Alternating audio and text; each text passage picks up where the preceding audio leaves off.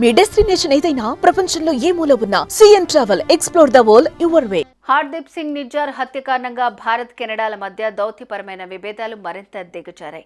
ఈ హత్య వెనుక భారత ప్రభుత్వ ఏజెంట్ల హస్తం ఉందని కెనడా ప్రధాని జస్టిన్ ట్రూడో ఆరోపించారు. ఇటీవల నిజ్జార్ హత్య కేసు అనుమానితుల జాబితాలో కెనడాలోని భారత హై కమిషనర్ సంజయ్ కుమార్ వర్మ పేరు చేర్చడంతో న్యూఢిల్లీ భగ్గుమంది. వెంటనే హై కమిషనర్ సహా దౌత్యవేత్తలను వెనక్కి పిలిపించింది.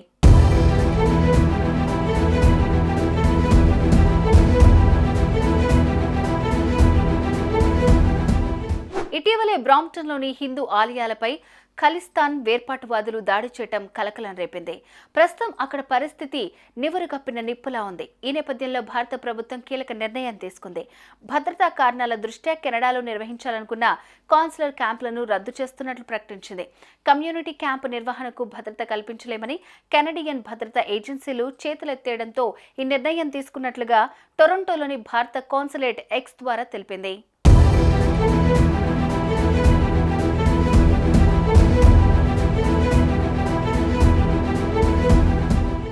కెనడాలో నివాసం ఉంటున్న పెన్షనర్లకు లైఫ్ సర్టిఫికెట్లు వంటి సేవలను అందించడానికి ప్రతి ఏటా కాన్సులర్ క్యాంపులు నిర్వహిస్తారు.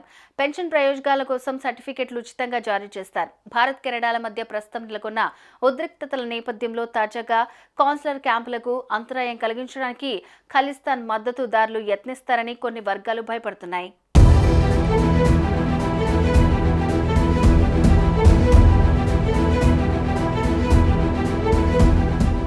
టొరంటో సమీపంలోని బ్రాంప్టన్లో ఉన్న హిందీ సభా టెంపుల్ వద్ద భారత కాన్సులేట్ ఏర్పాటు చేసిన దౌత్య సేవల క్యాంపులో హింసాత్మక ఘటనలు జరిగాయి. కెనడా ప్రభుత్వానికి ముందుగానే భద్రత కల్పించినప్పటికీ ఈ ఘటనలు జరిగాయని భారత దౌత్య కార్యాలయం ఒక ప్రకటనలో తెలిపింది.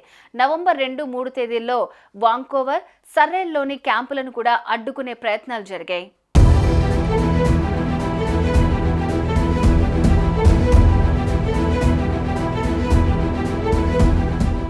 ఒట్టావాలోని భారత హై కమిషన్తో పాటు టొరంటో, వాంకోవర్లోని భారతీయ consulate, Ontario, Quebec, Manitoba, Saskatchewan, Alberta, Nova Scotia ప్రావిన్స్లలో ఇందుకోసం వేదికలను సిద్ధం చేసింది భారత విదేశాంగ శాఖ.